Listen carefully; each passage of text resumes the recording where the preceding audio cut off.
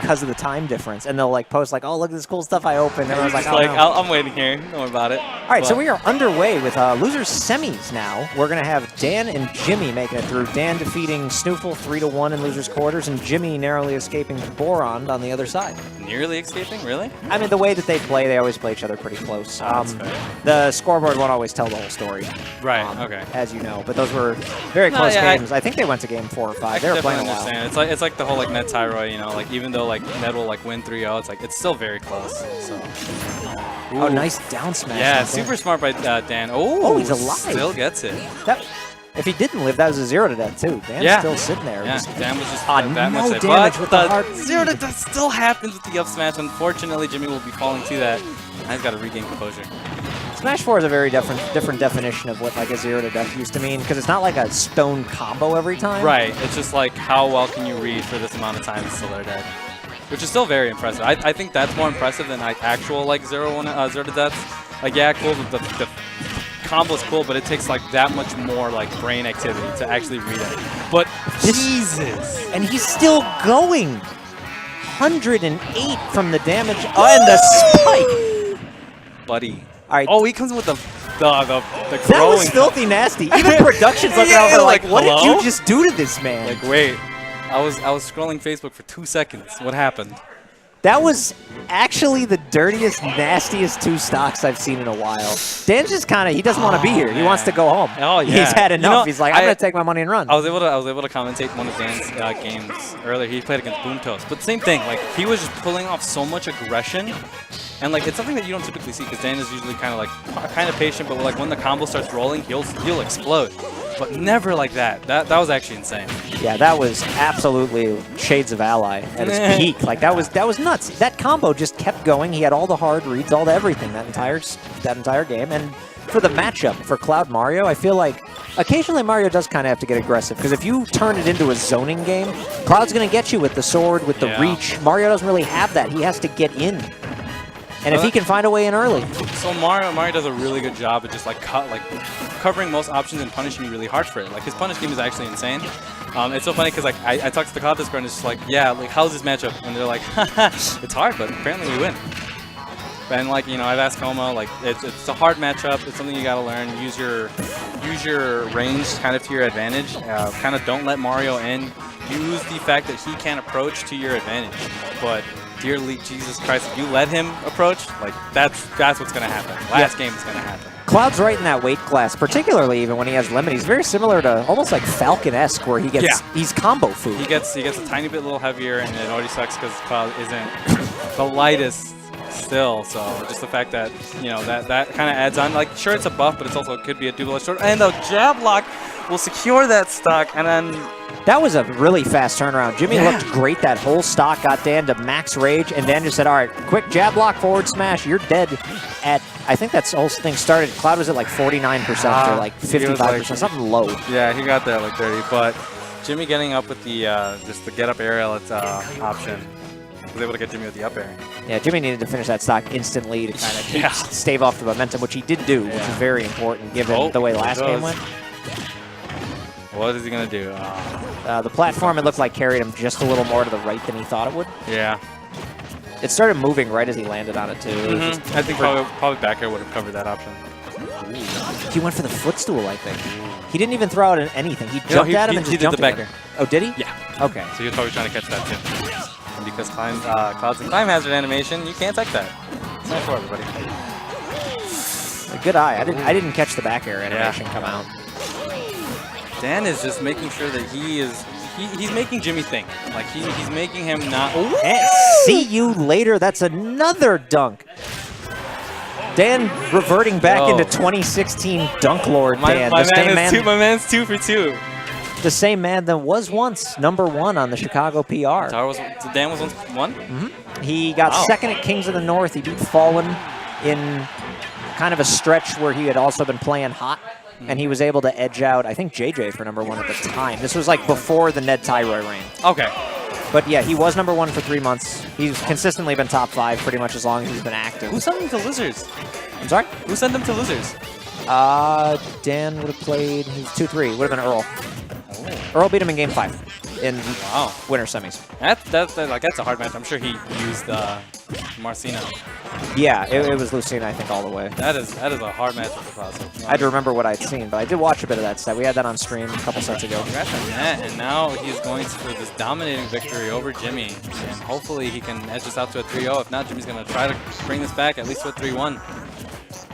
Hell, Jimmy is probably capable of having pulling a reverse sweep here. Oh, absolutely. I mean, the matchup is still can be a little bit difficult for Mario at the wrong time. Jimmy has been kind of aggressive in his own right, allowing Dan to just get in because they've kind of been clashing a little more than maybe Jimmy would like to. I'm noticing that in this game that Dan is kind of playing a little more patient than he usually was. Now I feel like he's understanding that Jimmy's kind of getting a grasp on it now. They're kind of like playing footsies now, but Jimmy's going to catch him landing with a dare, and cross slash is going to come out. Yeah, if Dan continues to play aggressive the way he was, I don't think Jimmy had necessarily adapted to the aggression yet, but if you let Jimmy kind of back off and compose himself, then you might have a problem. Yeah. And Jimmy with the early lead kind of showing that may be the case here. Oh, the platform messing up Dan's recovery a little bit, but he's able to get back and get the grab on ledge. That went about as well as it could have for Dan, given the circumstances of the stretcher platform. Yeah, 100%. And it's really good that he was able to get limit out from Jimmy, but he's gonna even the socks up by getting with him without up smash. So yeah, these guys playing each other very even, but Dan's got the grab. 4 up tilts on the combo. Fourth one was a little too greedy. Jimmy was able to jump out. He gets the re-grab forward smash, and now he's in the lead. Yeah, just like that. Although, I hesitate to call that a lead when Cloud's got limit up. Yeah, and you get hit by back air, at least once. Well, that was the one back air, and here we are. One back air sends your opponent immediately into disadvantage. Cloud's pretty great, sometimes. Yeah. Cloud's a very strong character. Oh! Looking to put Jimmy out of the tournament with 3 for 3 on dunks, but he misses the strong forward air. It's crazy because like Jimmy still didn't do anything in that option. Like he just kind of fell. Yeah, I mean you have to get away from it. Right. You don't want to risk trading with it because you're not going to kill Mario on a trade at that percentage. Yeah. If it hits you, you die. So you just got to drift out, and that's exactly what Jimmy did. So good for him.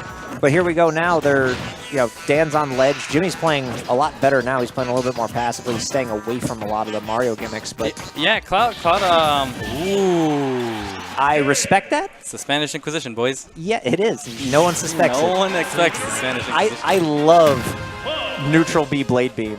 That was Tomahawk too. Yeah, I love that. And yeah, Dan shielded it and he dropped shield, so in theory that should not have worked, especially the way that in the context that it didn't, given that Dan was ready with the shield. But I never hate that option. No, I think even he let go even because he knew he was screwed, because Blade Beam was going to cut his shield down very low, and dash attack would have just, because Jimmy was in range to do it, he could have just dash attack and broken shield if he continued saying it. But yeah, Dan had spent a considerable amount of time in shield before that. That would have been pretty nasty way to lose an early stock, and the flood keeping him away. Yeah, that's where Cloud struggles. It's just you get him off stage and it becomes kind of a game. What your opponent's going to do, and you have to react to that. And Jimmy played that very perfectly. Instead of going immediately for the Prime Hazard, he went for the stage hop to save himself from the water, which I think was really smart. Dan's neutral has just been impeccable this entire set. Like, he's been able to get in almost at will a lot of the time. Game 3 was, I want to almost say, a little bit of an anomaly based on the way the set has gone. Oh, the slight forward charge on the forward smash, excuse me. He was trying to catch him with that down-angled forward smash, too. Yeah, this is where, ooh! Just getting in. Jimmy timing that perfectly, but Dan just not letting him breathe. No, it's hard. That's it. He's dead. That down smash will send a Cloud at such a weird angle that if you don't have, it's the same thing for Ganon forward tilt or like any of those weird hitbox. The old school melee chic forward air hitboxes. Yeah, it just screws Cloud, and like Dan used that to his advantage. Like he got him in like some sort of track because like he went for forward air, got the air dodge, landed safely enough to still get down smash, knowing that Jimmy wasn't going to do anything about it. To be fair, Dan was at 33%, and Jimmy won 2 neutral interactions. Now Dan's at 92, but Dan putting that damage back on. Is that you? Is that you? What is happening? Ooh. That was close. I'm liking these options. I really am. That was grabbed to 91%. He's going for it, too. Oh. Wow. Oh, wow. That was and really then it came smart out. upbeat. It came out. Like, it barely came out. I saw a tiny little fireball. That was really, really scary for Jimmy, but he's still got a mountain to climb. He's down a game and down a stock here. Cloud is now strangers to comebacks, as I say, as he gets back air. Well, the back air puts him in a precarious spot. Oh, he missed the down smash. And The cape was what I expected last time, but Dan's just going to be like, all right, I'll cape you into roll, up smash you, and end it.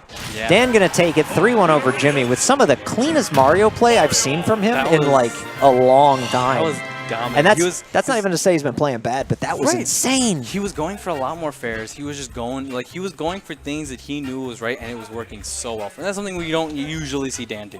Like, usually he's, like, patient. Once he gets into the air, he kind of wants to just land safely and regain neutral. But he was just like, you know what? If I'm in the air, I'm going to retaliate with something. And just, he made it work for him. His combos were actually, that last combo was, if he had ended it with a dunk, that would have been it. You would have lost it. Like, he had a bunch of combos like that, too, that just, they kept getting dirtier and dirtier. Jimmy grabs his fourth place payout, and he laughs his way out of the room. Like, what can you do? You got dunked a bunch. Like, Dan played out of his mind that set.